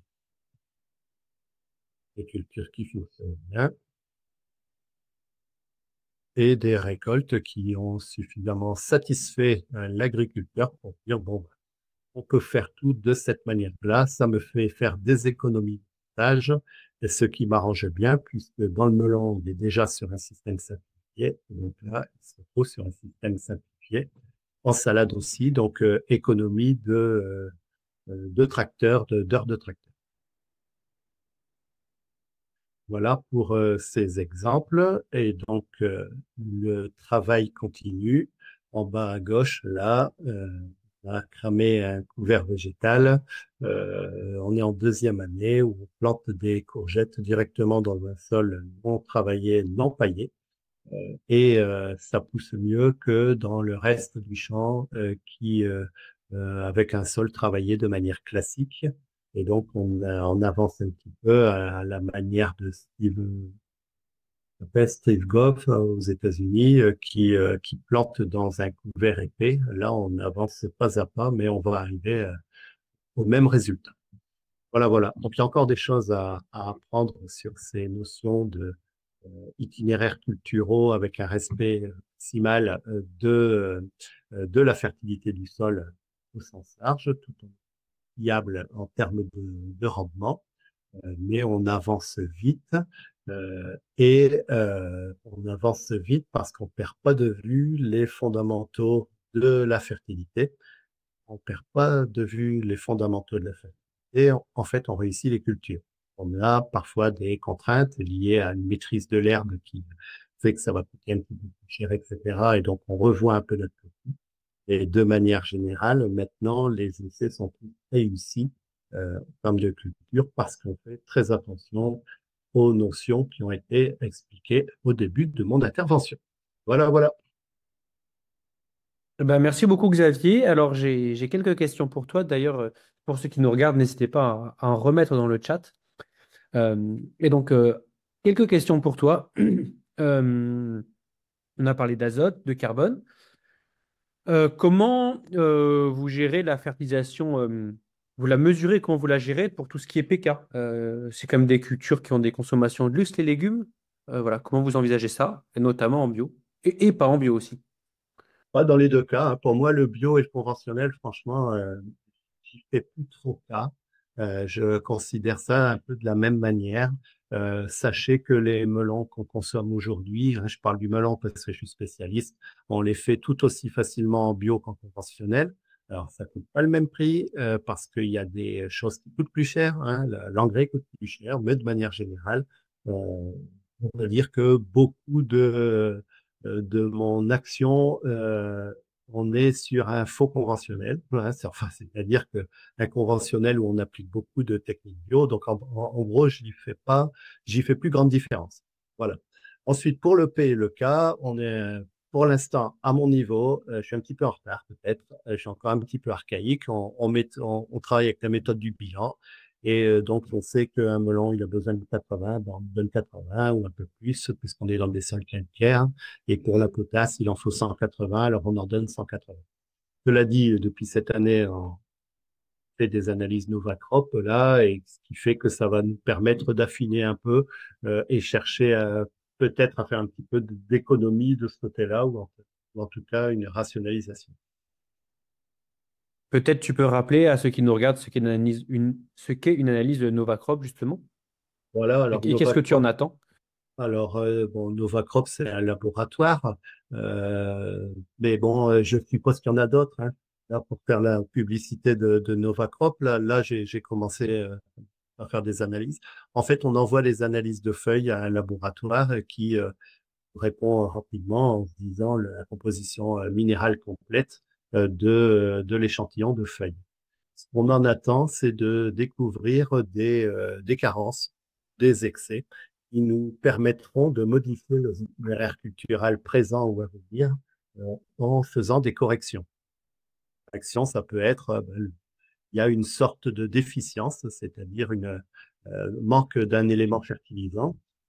Et donc, on le voit pas parce que c'est pas une carence bien nette, mais il faut la compenser avec un apport foliaire ou racinaire. Donc là, c'est dans le cas du manque. Et puis, si c'est de l'excès et que cet excès revient souvent dans notre façon de cultiver, ben, ça veut dire qu'on peut être plus calme sur la fertilisation. En un temps, il y a une notion agroécologique, voilà, mais il y a aussi une notion à la fois rendement, la plante, elle s'exprime mieux, et aussi une notion meilleure résistance aux maladies si la plante, elle est très, très bien nourrie. Ok. Question suivante. Qu'est-ce que tu penses des monocultures? Tu as dit melon, melon, melon, ou triple melon, ou double melon, ou triple courgette, je sais plus. Est-ce qu'on peut faire une monoculture si on travaille plus le sol en légumes? Et à quel point on va au-devant des ennuis si on le fait? On va Qu'est-ce qu'il faut au-devant faire pour faire un sol suppresseur? Voilà, ce genre de choses, quoi. ouais, ouais, ouais. Bon, là, clairement, c'est pas raisonnable de faire toujours la même culture au même endroit, hein. On a bien l'expérience avec du radis qui s'est mis à attraper la fusariose, avec la salade qui attrape la fusariose parce qu'on abuse. Bah, c'est pareil pour le melon et pour beaucoup de cultures. Il faut pas le faire. Voilà. Après, la question c'est est-ce qu'il y a une grande différence à faire deux cultures identiques et après laisser la terre tranquille 1, 2, 3, 4, 5 ans, plutôt que d'en faire une culture et d'attendre 4, 5 ans. Là, j'ai pas la réponse. En l'occurrence, là où j'ai parlé des courgettes, ben, quand on fait nos 2, 3 courgettes dans la même année, eh bien là, le producteur, il a suffisamment de femelles pour faire cette exploitation. Pour ce qui est du melon, on tourne qui est bien aguerri à ce truc-là, et là, vraiment, ça dépend des terres, hein. Mais on fait 2 melons tous les 5 ans. Et ça passe. Ce que je constate en tant que spécialiste melon et depuis longtemps, c'est qu'il y a des terrains qui sont très sensibles aux maladies, une sensibilité au développement des maladies Peut-être telluriques. un peu loin de ton micro, des fois ça coupe, là, sensible Ouais, aux maladies. Ouais, là ça va être mieux, je pense. voilà, pardon. Oui, donc je disais, là, il y a des terrains où les maladies telluriques se développent plus facilement, plus rapidement que d'autres. Et donc, ce que je dis là sur les fréquences n'est pas forcément adaptable partout. J'ai des cas où on fait du melon un an sur deux sur la région de Bastia avec des résultats qui sont parfaits, qui sont en ligne depuis toujours et où on a même On s'est même débarrassé de la maladie principale qui est la fusariose grâce à une approche d'agriculture de conservation, couverts végétaux, choisis, réduction du travail de sol. Donc, sur du 1 an sur 2, ça passe. Sur des méthodes de travail plus classiques avec travail de sol classique, le standard, c'est de se dire, on essaye de ne pas revenir à moins de 5 ans. Mais il y a des cas où à 3 ans, sur la région de Narbonne, les gens qui reviennent à 3 ans, ils ont pas de maladie et le système est stable. Et donc, tu as employé le mot de vocabulaire suppressif. Donc, pour rappeler aux gens ce que c'est, un sol suppressif, c'est un sol qui résiste de par ses qualités, de par ses caractéristiques, au développement d'un pathogène tellurique qui devrait se développer. Et donc, selon les terres, selon l'activité biologique de ces sols, eh bien, on a des différences d'une terre à l'autre et c'est absolument spectaculaire. Par exemple, dans le cas du melon, toujours, sur la zone de Beaucaire, si on fait 2 melons coup sur coup, hein, sur 2 ans, on sait déjà que la deuxième année, on aura de la fusariose, donc la maladie la plus grave qui attaque le melon. Et il y a d'autres endroits, on peut faire 10 melons en suivant et il ne se passera rien, on n'attrapera pas la fusariose. Ça dépend de l'activité biologique du sol. Et l'INRA avait fait un travail formidable dans les années 70 pour étudier la suppressivité des sols qu'on appelle les sols de château-renard, qui sont naturellement résistants au développement de la fusariose. Et donc, quand je suis dans cette zone, et ça fait partie de mon aire de jeu, cette zone-là, c'est vrai qu'on peut se permettre d'abuser un peu et il ne se passe rien. Donc, ça dépend des terres. Ok. Quelqu'un dans le chat nous pose la question suivante. Tassement, deux points. Y a-t-il une mécanisation anti-tassement pour les épandages, les traitements, les récoltes? Y a-t-il des interventions curatives anti-tassement? Alors, curatif, ça veut dire on a tassé et du coup on détasse. Hein, on est d'accord avec le truc. Pour moi, curatif, c'est que le mal est déjà fait. Alors, là, quand il y a eu du tassement, il faut utiliser des gros engins pour détasser. Hein, et donc des gros engins, des dents profondes, des dents de sous-soleuse, des dents d'actisol, de fissurateurs, de paraplots qui rattraperont les compactions. Euh, Intéressons-nous surtout au côté préventif, hein, tant qu'à faire, soyons complets. Évitons de circuler avec du matériel et lourd en particulier en conditions humides, puisque c'est ça qui génère les tassements les plus graves. Donc, il faudrait idéalement, et là je vais parler un peu comme un livre, hein, mais circuler le moins possible dans les terres de manière les plus localisées possible et dans des conditions d'humidité du sol les plus faibles possibles, avec du matériel le plus léger possible et avec des pneus basse pression, hein, si on va au bout de la logique. Selon le profil de la personne qui pose la question, s'il y a moyen de travailler en planche permanente dans le cadre du maraîchage, ça aide énormément à localiser le trafic et du coup à localiser un peu les zones de compaction. Et donc, on peut rebondir sur la compaction dans ce cas-là. Est-ce que dans un système de culture maraîchère, euh, les cultures qu'on met en place, plus des vers de terre, ça suffit à faire qu'un sol ne se compacte pas? Et qu'est-ce qui fait qu'un sol se compacte, même si on ne le touche pas? Je pense notamment à tout ce qui est pluviométrie, ce genre de choses, quoi. Enfin, quel warning tu mets à tout ça? Le warning, il est avant tout à la texture du sol. Quand les sols sont très limoneux, et si en plus ils sont faibles en matière organique, c'est dans ce cas de figure qu'on a les compactions les plus fortes. Si ensuite ces mêmes agriculteurs, ces mêmes maraîchers ont une utilisation fréquente des outils agressifs parce qu'ils font des rotations culturales rapides avec retravail du sol à chaque fois, on est sur de la déstructuration permanente du sol par le travail du sol lui-même. Et donc, ça nécessite de continuer avec un mode de travail de sol agressif pour rattraper les problèmes qu'on a causés, mais pour produire. Hein, voilà, on se mord un peu la queue. Donc, pour moi, le warning principal, il est sur le type de sol et ensuite, il est sur le type d'outil utilisé pour la préparation du sol. Au même titre que je disais tout à l'heure, une phrase qui est bien à retenir, c'est le travail du sol, c'est le moins souvent possible, mais aussi souvent que nécessaire. Je dirais que dans le choix des outils aratoires, le mieux aussi, c'est de considérer que les outils rotatifs, c'est le moins souvent possible et aussi souvent que nécessaire. En gros, en maraîchage, on utilise beaucoup le cultirato, la fraise buteuse.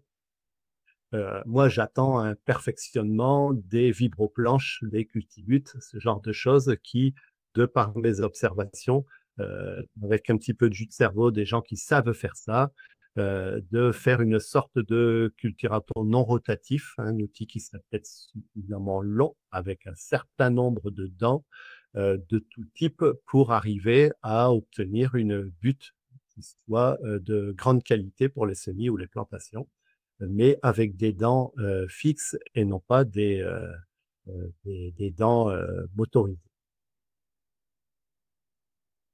Ok. Euh, Dans ta vidéo, tu avais montré que tu avais fait un couvert de sorgho. Pourquoi le choix du sorgho et pas, mettons, une avoine vesse ou un pur févrole, ce genre de choses? Alors, le sorgho, dans la région du sud-est Méditerranée, est utilisé en routine depuis une trentaine d'années grâce au travail important qu'avait fait un centre expérimental qui fait toujours un gros boulot dans les légumes à Saint-Rémy-de-Provence dans les Bouches-du-Rhône qui s'appelle l'Aprel. Et donc, parmi tous les engrais verts qu'ils ont testés à l'époque, et de manière assez avant-gardiste, hein, parce que je parle de ça il y a plus de 30 ans, eh bien, le sorgho était ressorti comme la super plante qui présente pas mal d'avantages. C'est une plante qui résiste à la soif. Elle produit une biomasse absolument record. Il n'y a pas d'égal. Pas de plante qui égale le sorgho en termes de production de biomasse, de puissance d'enracinement. C'est une plante qui repousse quand on la pompe. Et donc, en général, lorsqu'on utilise du sorgho et qu'on a le temps pour ça, eh bien, on fait une tonte lorsque le sorgho mesure 1 mètre de haut. Dans le sorgho, bah, il y a toujours des mauvaises herbes. Lorsqu'on tond du sorgho, bah, ça zigouille les mauvaises herbes. Et le sorgho redémarre tellement vite et de manière tellement puissante que, à partir de la deuxième coupe, il n'y a plus du tout de mauvaises herbes dedans. Ensuite, d'un point de vue agronomique, le sorgho, donc, il a un pouvoir décompactant lié un peu, alors, décompactant, c'est beaucoup dire, mais il structure très bien le sol jusqu'en profondeur avec une biomasse racinaire très importante et une biomasse totale qui est aussi très importante selon la durée d'utilisation de cette plante. Si on la garde 3 mois, je crois qu'on dépasse les 20 tonnes de matière sèche. C'est absolument fabuleux. Mais je suis conscient toutefois que euh, il faudrait mélanger des plantes. Il s'avère que mélanger du sorgho qu'on va broyer une fois, ça devient un petit peu compliqué. Voilà, hein, j'ai vu de la crotalaria, hein, Juncea, utilisée dans du sorgho. Ça fonctionne. J'ai vu aussi du tournesol, mais ça fonctionne que si on décide de le faire en une seule coupe. Je rêve d'une légumineuse qui marche mieux que la Crotalaria juncea pour accompagner le sorgho. On me demande dans le chat si on peut empêcher la compaction d'un sol en mettant du biochar. Alors, à ma connaissance, non, mais toi, tu auras peut-être des infos là-dessus, mais le biochar, c'est un amendement, c'est un nouvel amendement agricole, en tout cas nouveau pour nous, parce qu'apparemment, nos ancêtres l'utilisaient. Mais le biochar améliore la CEC, sert un petit peu de HLM à la vie du sol parce que la porosité, elle est absolument phénoménale. Est-ce que nous, dans nos contrées, pour les gens qui nous écoutent et qui sont en France hexagonale, est-ce qu'on a un intérêt à mettre du biochar? Franchement, je ne sais pas. Sur des terres plus sahéliennes, je dirais, avec des pH très bas, avec des aptitudes culturelles très très faibles. Il y a des choses qui sont montrées dans la biblio. Chez nous, vu le prix du biochar, je pense qu'on a mieux à faire de son argent pour enrichir ses sols que de mettre du biochar. Et cela, je le dis jusqu'à preuve du contraire. Ok. Alors j'ai une dernière question pour toi. Et pour ça, je vais repartager. Je vais prendre la main sur le partage d'écran. C'est quelles ressources techniques tu recommanderais au-delà des guides de l'ITAB? Donc avant ça, bah, tu avais parlé de l'APREL, APREL, qu'on peut retrouver depuis Google. Et en fait, vous allez sur le site web, il y a énormément de ressources, notamment les résultats d'essais. Voilà, vous avez tout ici. Très simple d'accès pour le coup. Mais au-delà de ça, voilà, on connaît beaucoup le guide de l'ITAB, mais est-ce qu'il y a d'autres ressources que tu recommandes? Ça, il faut vraiment se les procurer, il faut vraiment en avoir connaissance.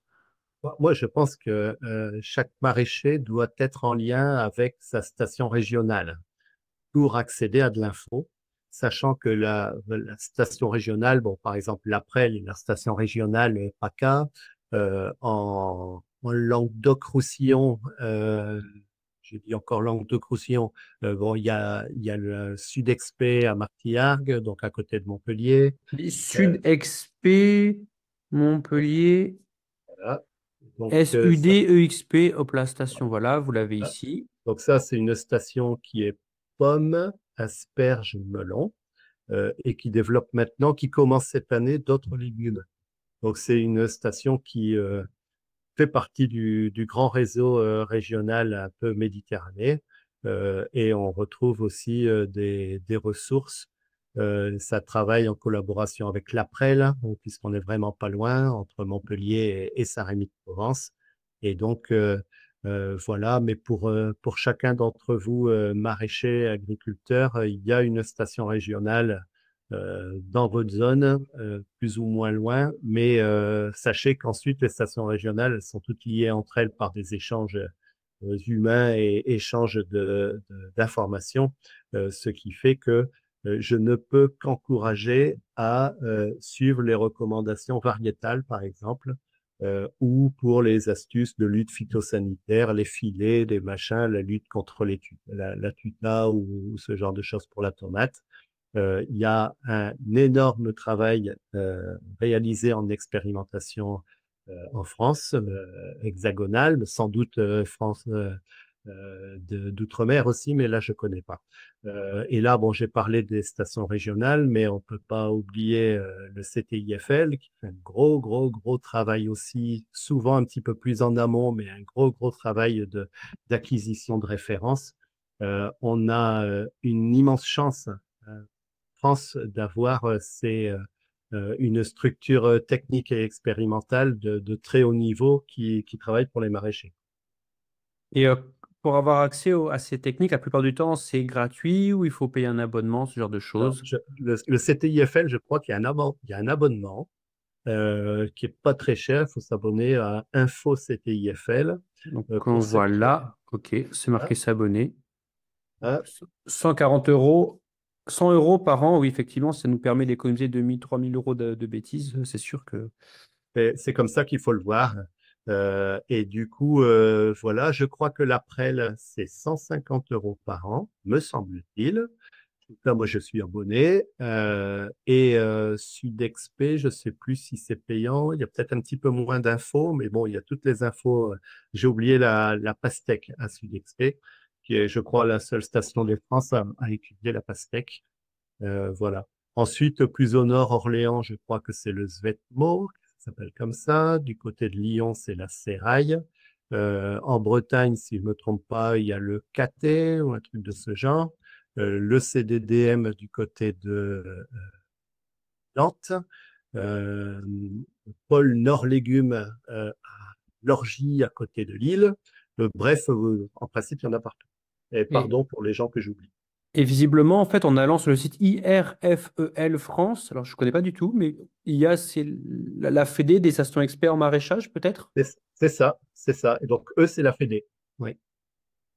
D'accord. Et donc voilà, et on vous recommande vraiment d'aller dessus parce que Euh, il y a des innovations techniques qui sont faites pour des gros maraîchers. Vous êtes peut-être petit maraîcher diversifié ou l'inverse, mais il y aura toujours une bonne information technique à prendre et qui vont vous éviter des échecs de culture. Enfin, on peut le supposer du moins. Je regarde si j'ai pas une dernière question. Hop là. Alors, non, mais je n'ai pas d'autres questions. Alors là, je n'arrive pas à me sortir de l'utilitaire de YouTube. Voilà. Eh ben écoute, je n'ai pas d'autres questions pour toi, Xavier. En tout cas, merci beaucoup pour cette visio. Ah si, une petite question. Comment un maraîcher qui est intéressé par tes services peut te retrouver? Tu as une page LinkedIn? Est-ce que tu as un site web Xavier Dubreuil Consulting? Il faut taper quoi sur Ouais, Internet? j'ai un compte LinkedIn. Ouais. Ok, très très clair. Eh ben, merci pour ces informations. Merci pour ton pragmatisme et aussi, j'espère que ça aura servi à tous nos viewers. Et puis, je te dis à bientôt.